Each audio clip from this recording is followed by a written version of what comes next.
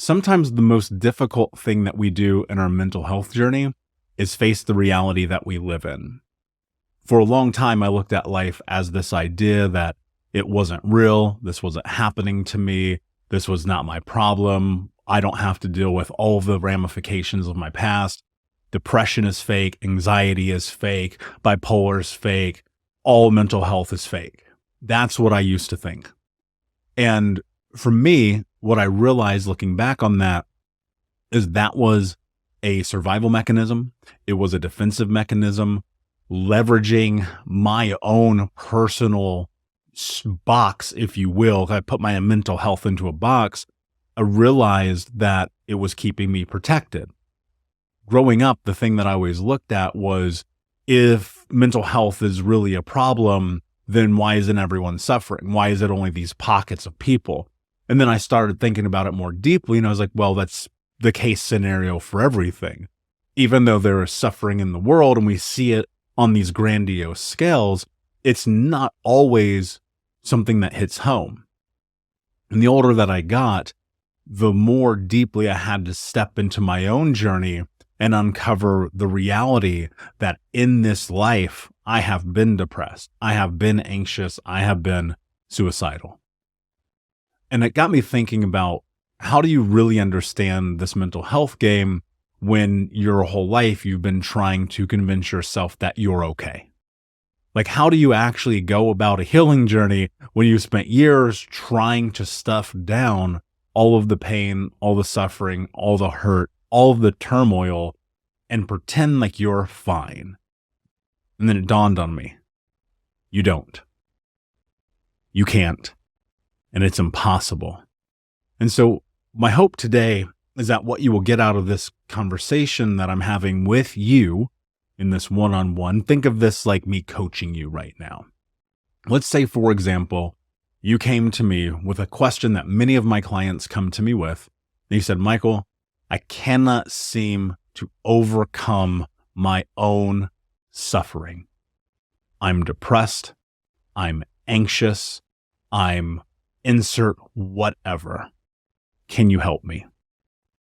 My answer to that question for anyone who I've ever worked with has always been no. I know that's not the response you were expecting, but the answer has always been no, because I tell people this: all I can do is show you the path.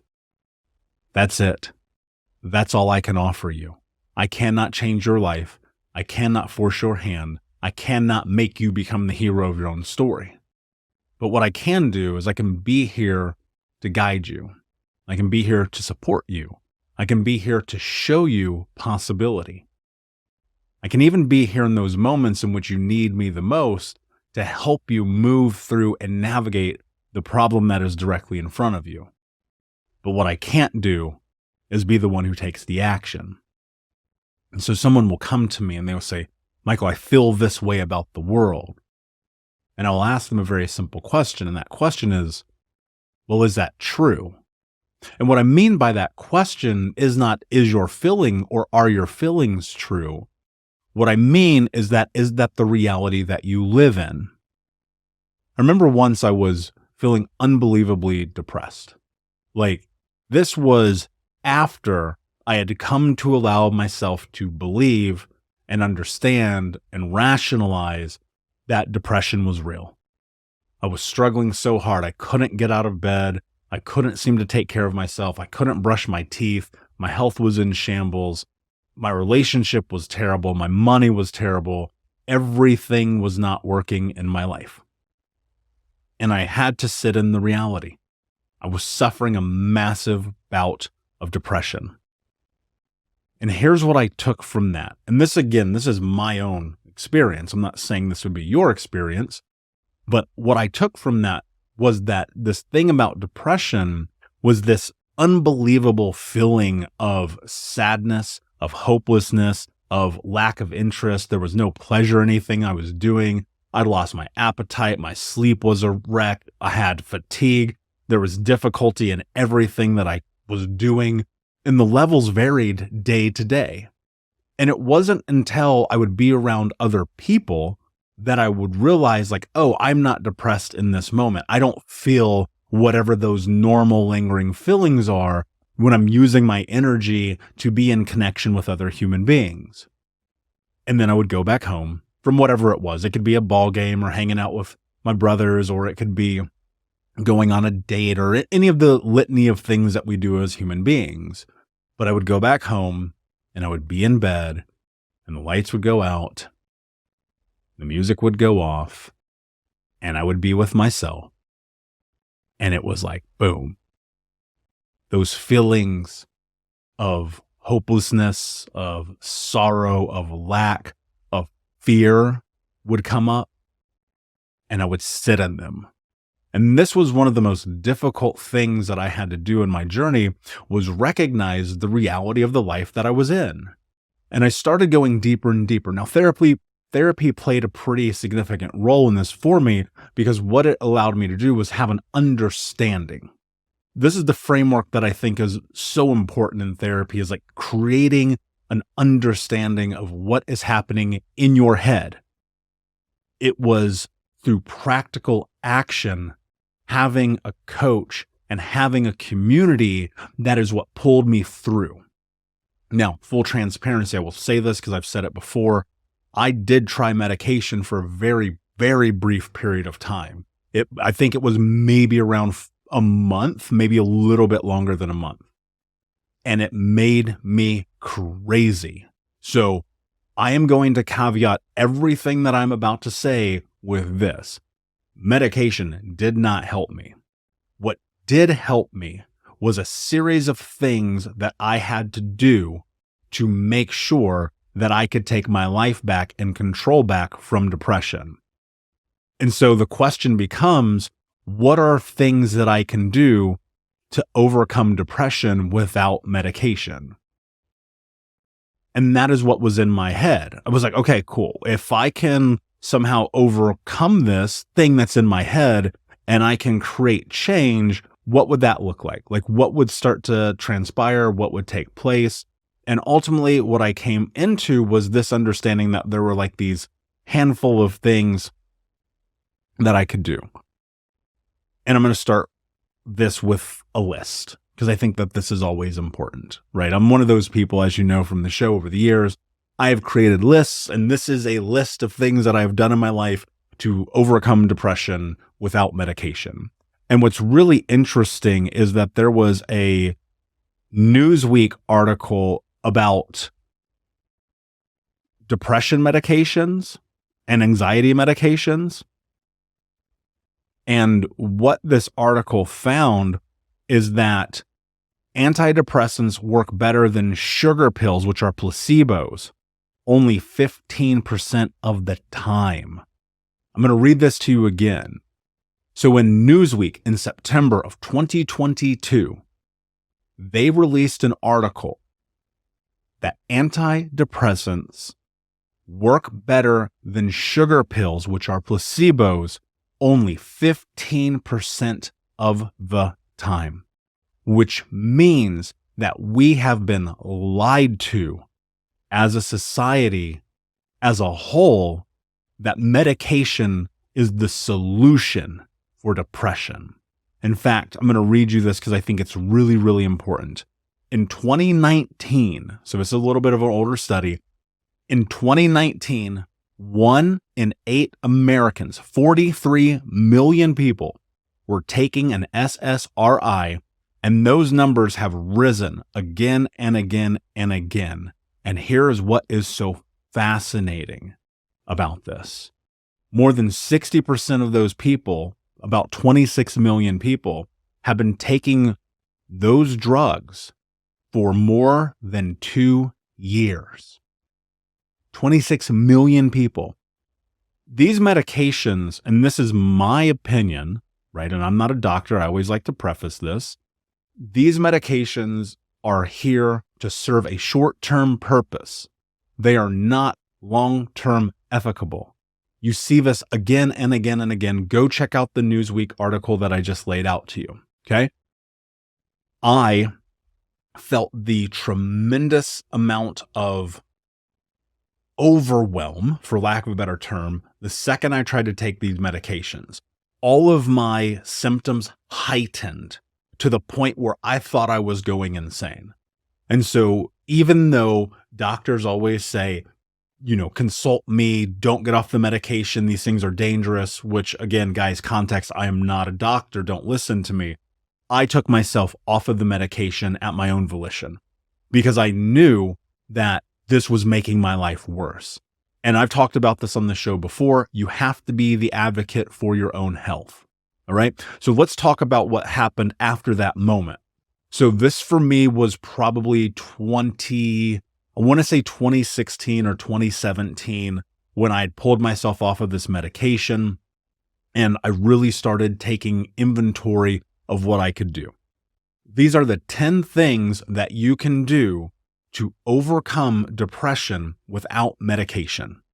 Now, number 1 is always going to be the go-to in this context. That's therapy.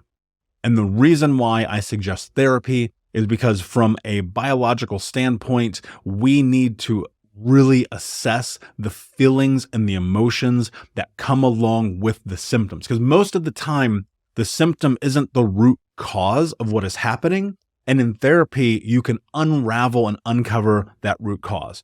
You may find that the reason that you're depressed isn't even the thing that you thought was the reason, right? You're like, I broke up and then this relationship ended. And then you're like, wait a second, maybe that's not the reason. And then you go deeper and you find out the reason that you're depressed is because your mom didn't hug you as a child, right? That is the power of therapy. And you think to yourself, wow, okay, this is a situation where I didn't get affection and care, and thus I'm unlovable. That makes me depressed, right? You can break that down in a multitude of ways, but that's the power of therapy, especially if you look at things like CBT, which is cognitive behavioral therapy. For me, my favorite form of therapy was Gestalt. And the reason why is because Gestalt created this dynamic framework that helped me understand why, like at the root cause of everything, why I was suffering so much depression and anxiety. And it is through Gestalt therapy that my life changed forever. Hands down, the best therapy that I could do. Shout out to my therapist. You know who you are. The number 2 thing that I would do if I was trying to get rid of depression without medication is I would exercise. I would move my body with intention every single day. There are so many research articles and PubMed docs that have been published over the course of especially the last 10 years that there is a direct correlation between physical movement and mental well-being. If you are sitting around all day long, I promise you, you are exponentially increasing the opportunity that you're going to be depressed or anxious or deal with a lot more mental health strains than you probably would if you were physically moving. Now, there's a lot of different ways you can get movement in your day. And if you're not capable of really intensive and vigorous exercise, you can do so many different things. And I think the thing that you have to look for here is how do you be solution oriented? Like how do you make the exercise happen every day that's reasonable in your life in a way that is sustainable, right? For some people, and this was me, it's going to be yoga and CrossFit and MMA and softball and pitch soccer and the whole, like I went hard in exercise. I mean, I still do, right? But then when I first was like really trying to navigate it, I started joining clubs. I started going to build community. I started putting myself in a situation where I was being physical with other human beings. That was a game changer for me. It's still something I do to today. The other thing, and this is super simple, very low cost of entry, go buy a walking treadmill and put it in your house or at your desk at work and get some miles in throughout the day. If you look at our biological and physiological just being as a human, we were meant to move. We were meant to walk, to run, to jog, to stand, to sit, to squat. And if you're just sitting all day long, you're not using those other elements that your physical body was created for. The walking treadmill, for me, has been a huge game changer. Even though I go to the gym every single morning, I will still walk 5 to 7 miles a day on the walking treadmill. So exercise, number 2, unbelievably important. Number 3 is looking, and here's what I will say. Number 3 is get a coach, right? So here's the intervention, the way that I look at it. You have a therapist, you're moving your body, you get a coach. Why do you get a coach? This is the most important thing that I realized when I started investing into coaching for my own life. It is the same thing that the people who I coach have started to understand deeper as I've coached them over the years. This is thousands of people. When you have a coach, not only do you have someone who has walked the path with you, before you, and will after you, you have someone who's going to support you in your journey. Now, look, don't go hire a coach who has never done the thing that you're trying to do. That does not make sense. That is not going to end well. I can promise you this. You're going to be like, why in the world did I do that? If you had significant childhood trauma and you're trapped, you want to get unstuck, you want to let go of self-doubt, you want to overcome it, create personal boundaries, learn how to really interrupt the processes of your mind that keep you from going to the next level, you hire me. That's what you do. You go to thinkunbroken.com, you have a coaching session with me, and we see if we can fit you in somewhere into the programs. If you're trying to learn how to cook, I'm not your guy, right? And I think that's the thing that you have to have is you have to discern that down and really recognize the power of a coach, but most importantly, working with the right coach. Because for me, like I bring a level of intensity that most coaches don't.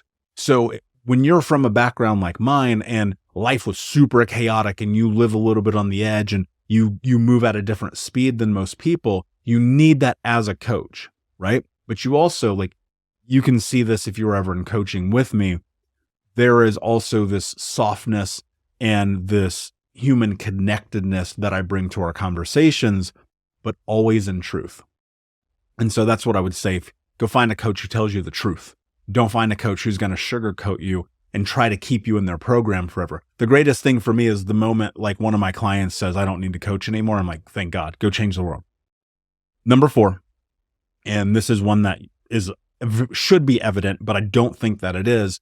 The number 4 thing that I would do if I was trying to change my life and get rid of depression without medication is I would change my diet. I would change my diet. This is so unbelievably important. Guys, we are living in a desperate time when it comes to nutrition in the United States and really in the world. There is more obesity in America than any place on planet Earth. There's a direct correlation between your weight and your mental well-being. It is what it is. I'm not going to sugarcoat it. When I was 350 pounds, I can promise you I was at the height of my depression and anxiety. There's no questions asked. You have to take a look at your physical well-being, and so much of it starts with nutrition. Look, here's the thing. A few years ago, I became a certified personal trainer and nutritionist. The reason that I did that was for my own self. I never did anything with it. I've never coached anyone in health and nutrition in my life. The reason that I wanted to do it because I needed to educate myself because I did not understand food. Period. I don't think I had a salad for the first time until I was like 20 years old. Right. And so here I am at that time. I think I got the certification. I might have been 30. Right. So over 3 decades of poor nutrition had played a tremendous role in my life. And I was sick. I was unwell. I did not feel good. And I made a decision to educate myself. Now, I went a lot of different routes. Like I started reading about every sort of nutritional modality that there is. I started reading all these books about food and diet and soil and this and that. I tried a multitude of diets. Ultimately, over the years, I have narrowed down and found the exact system that works for me. I tend to lean more carnivore, but I stay almost predominantly paleo. While I will say there is a cheat that I have once a week. Anyone who knows me personally knows this. I'm going to share this insider secret with you. And once a week, I eat these gluten-free peanut butter-filled pretzels. Oh my God, they're so delicious. Literally, my mouth is watering thinking about them because I still, even though I live this healthy lifestyle, I still have a life. I'm still a human. I'm still going to indulge on the occasion. And so changing your diet is super important. Can you get the majority of processed foods out of your life? Get the energy drinks out of your life, something I've been a victim to, I can promise you. Get the overwhelming amount of caffeine out of your life. Get the saturated fats, the bad oils, all of those things. One of the things that I would tell you, I did this episode of the podcast with Allison Melody years ago. I believe the episode is titled Food Heals.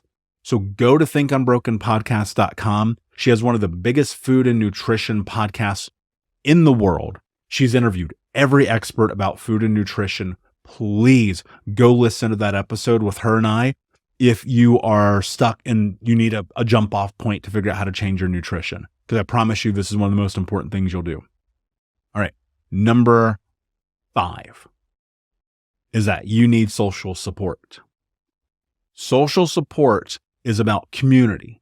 It breaks all of the chaos of your life up so that you can go and connect in these different segments of other human beings who are supporting things that you are attempting to do in your life. Okay? So if you are trying to get in shape, I would say this, it's great to have a personal trainer. It's better to join a group fitness class. Okay? Hear me out. Therapy. It's great to have a one-on-one therapist. It's even better to have a group therapy session. One of the greatest spaces of healing in my life was group therapy with a group of 6 other men, where every Wednesday for years, I went and I sat down and had the most deep, unraveling, often unnerving, often painful, often uncomfortable, but unbelievably healing conversations. You've got to understand that there is something about the power of community that is innately built into us as human beings that will separate your journey from a slow burn to an exponential speed. That's why I do group coaching on Monday nights, because you get to see and bear witness to what happens in a community and other people who may have some of the same issues or problems or obstacles that you do. And so having the social support could also be things like AA, NA, SA, SALA, all of these things I've done. I've gone to multiple anonymous groups and meetings and meetups. I go to networking events. I have entrepreneurship communities that I've built and been around. And this is so important. Depression feels isolating, and the worst thing that we can do is be alone. And the times in which we feel the most alone are the times in which we must be with other people. And being with other people could be communal, it could be volunteering, it could be just showing up and sitting in a coffee shop around other human beings. If you are depressed, do not be alone. It is one of the worst things that you can do for yourself. And while it may be uncomfortable to go and put yourself into a situation of being around other people when you feel your lowest, I can promise you it'll be the thing that you need the most. Number 6, let's set some goals. Now, I won't go down a deep rabbit hole about goal setting. I've done it many times. If you want to find all the episodes about goal setting, go to thinkunbrokenpodcast.com. But here's what I will tell you about setting goals. When you set goals, you have something to strive towards. When you are depressed, when you are in this space where nothing in your life is moving forward, you have to force your hand. This is the reality of the journey. Most people don't want to admit this, but if you are stuck, you need to get a shovel. You need to pull yourself out of the muck, and you need to progress into something. I know it is harder sound. I know that it is easier said than done because I've done it. At the beginning of my journey, the hardest thing that I did was brush my freaking teeth. Today, I speak on stages, I record podcasts, I coach thousands of people. Most importantly, I take care of myself. I set goals in the beginning that were about self-care.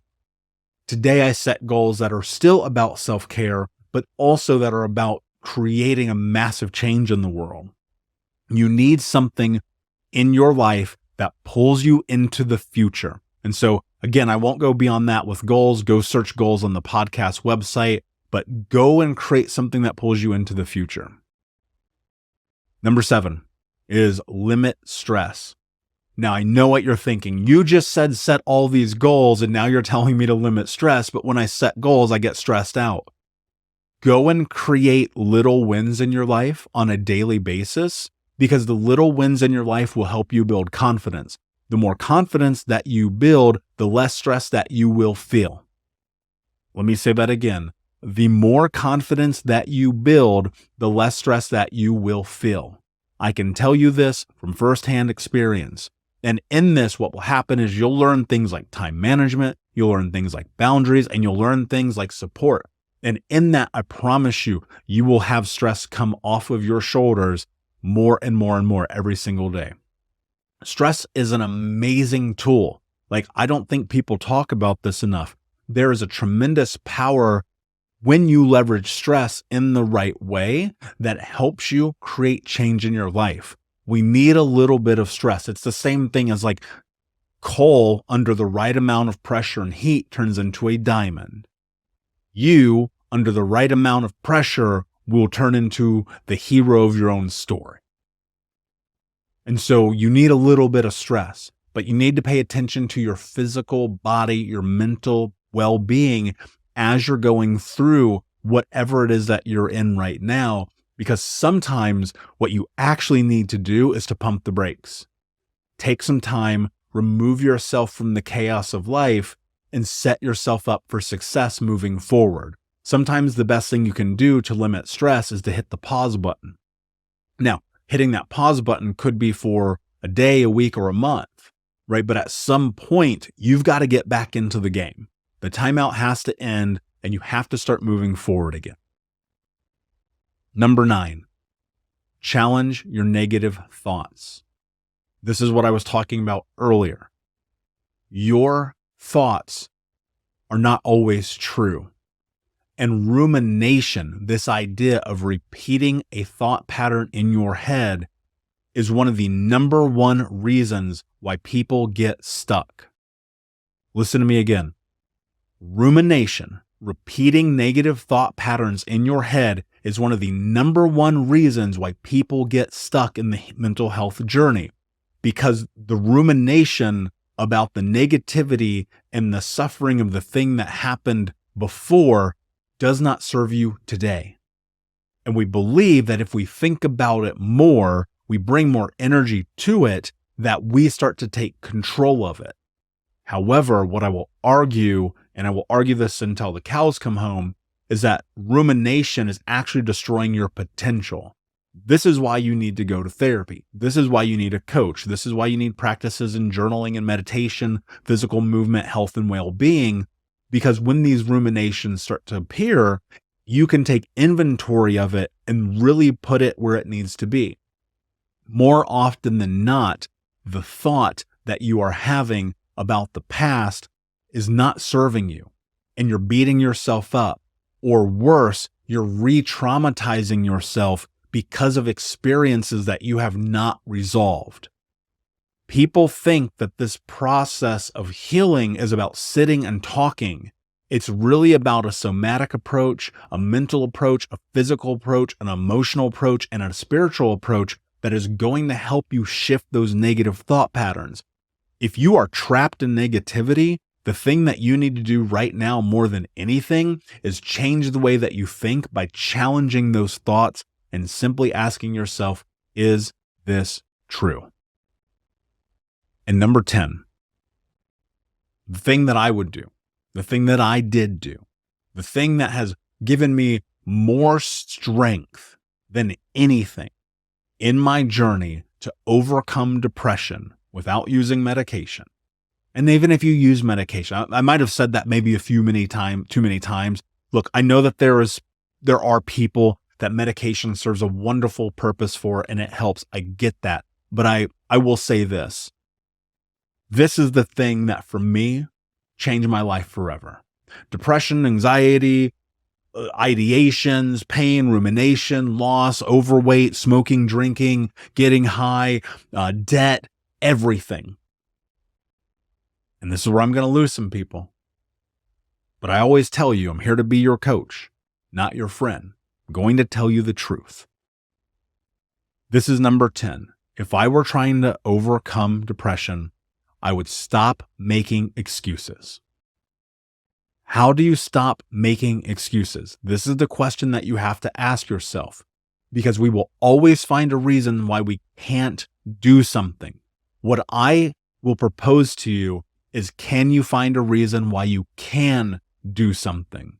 Why you can go to the group meeting? Why you can get out of bed and shower? Why you can go to the gym? Why you can eat the good food? Why you can hire the coach? Why you can hire the therapist? Why you can't? Like, I am only ever looking for solutions. There are 1,000,001 excuses that you can come up with for why you cannot do something. And you know what? Those excuses are valid. I will not take them from you. And I'm sitting here across from you as this guy who was 350 pounds, 2 packs a day, drinking himself to sleep. Mother cut off his finger. Stepdad was super abusive, homeless as a child, didn't graduate high school. And yet I'm sitting here and I'm telling you, the one undeniable truth of my life is that when I started getting solution oriented and I stopped making excuses, that everything in my life changed for the better. And this requires a very deep look at who you are. And it's uncomfortable and it sucks and you are not going to like it until you do. And in that process, and the reason why I bring this up as a way to overcome depression is because sometimes the thing that you need to do is get your out of the house and go and be of service to other people and lead the way that you need to lead yourself by doing what you know you need to do. There are so many people who will make a fucking excuse about their life and then complain about it. Nobody cares. Nobody's coming to rescue you. No one's coming to save you. If you're one of these people who have been listening to this podcast for 6 years and you've listened to all these episodes and you have come to the courses and you have bought the book, but you have never been in the coaching program with me, you have got to make a declaration to yourself right now to go to the next level. You've been making excuses for a long time. Look, I'll just read the books and listen to the podcast. This is enough. There's always a level to this journey. Maybe the excuse that you're making is about the career that you have that is sucking your soul every single day. Maybe it's the relationship that's not working that causes you so much anxiety and pain and suffering and you're both depressed, but you won't walk away. Maybe it's the fact that you have a dream in front of you that you are terrified to pursue. Do something about it. Like so much of life, I'm telling you, the antidote to all of this is action.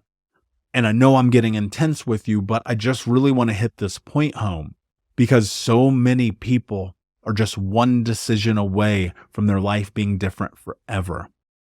So that said, my friends, these are the 10 things that I would do if I were trying to overcome depression without medication. If you need more help, more support, if you want to go to the next level, go to thinkunbroken.com or message me at michaelunbroken. Hit me on the DM. I'll hit you back. And I'll tell you this. Please subscribe to this show. Share it. Let people know. Follow it. Review it. Do something. Take an action today. Because when you do, I can promise you the decision you're making not only changes your life, but it'll impact someone else who needs to see this today. With that said, my friends, thank you for being here. And until next time, be unbroken. I'll see ya.